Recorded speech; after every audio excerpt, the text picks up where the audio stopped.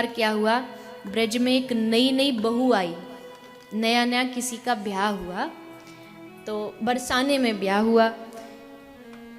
तो बरसाने में जिस लड़की का मतलब जो बहू आई,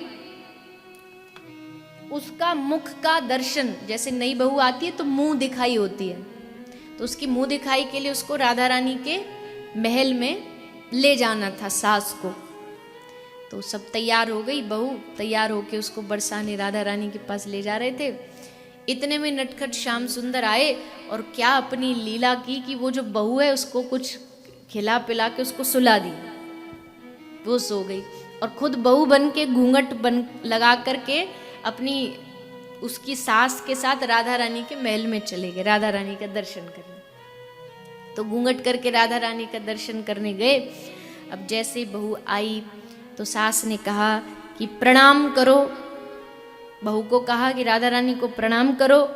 तो श्याम सुंदर ने हाथ जोड़ के प्रणाम किया, चरण छुए, और जैसे चरण स्पर्श किया तो एकदम आनंदित हो गए कि राधा रानी के चरण छुए। राधा रानी ने हाथ उठा के आशीर्वाद दिया कि अपने प्रियतम की हमेशा तुम प्यारी रहो।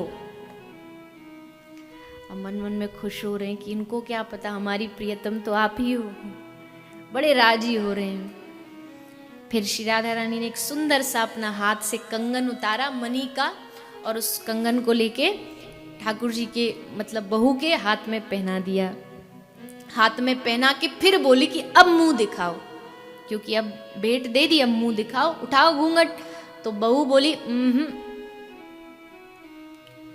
अब जितनी सखी खड़ी थी बोली बड़ी बहू तो बदतमीज आई है। सास बोली अरे तू राधा रानी को मना कर रही है, दिखा मुंह। राधा रानी ने पूछा कि क्यों, जो उपहार तुझे दिया है हीरा का कंगन, क्या ये कम लग रहा है तो तुझे ज्यादा दे दूं, कुछ बता।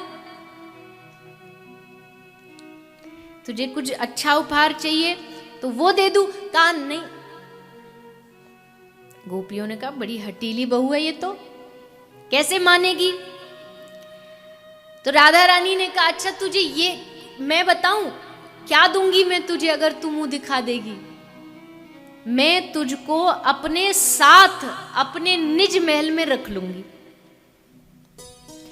अब जैसे ये सुना कि बरसाना में वो भी राधा रानी के महल में रहने को वास मिलेगा, तो ठाकुर जी तो एकदम प्रसन्न हो गए। ये वो महल है जहां वो अपनी पीताम्बर से बुहारी लगाते हैं, उस महल में राधा रानी ने कह दिया कि मैं तुम्हें यहाँ पर वास दूंगी। ललिता कह रही अरे बावरी इतना सुंदर आशीर्वाद तुझे मिला है, उठाना घूंघट, दिखाना राधा रानी को अपना मुख। फिर भी जब वो नहीं मानी बहू, तो जबरन जाके विशाखा ने मुख का घूंघट उठाया, और जैसे घूंघट उठाया पूरे महल में सन्नाटा छा गया। अजी ये कैसी बहू, श्याम वर्ण, मुस्कुराते हुए श्याम सुंदर खड़े, सारी सखी अपनी ओढ़नी लेके मुंह ढक के हंस रही हैं, मुस्कुरा रही हैं कि वाह क्या सुंदर खेल रचा ठाकुर जी ने। राधा रानी ने देखा तो प्रसन्न हो गई। अरे श्याम सुंदर ऐसी मुंह दिखाई में तो मैं त्रिभुवन वार दूं, सारा त्रिभुवन का राज्य तुमको दे दूं। श्याम सुंदर बोले त्रिभुवन का राज्य नहीं चाहिए, जो अभी अभी तुमने कहा ना घूंघट उठाने से पहले वो करो कि निज महल में वास। राधा रानी ने कहा तथास्तु, और तब से लेके आज तक श्याम सुंदर राधा रानी के साथ बरसाना के महल में विराजमान है। उससे पहले राधा रानी तो अकेली प्रकट हुई हैं,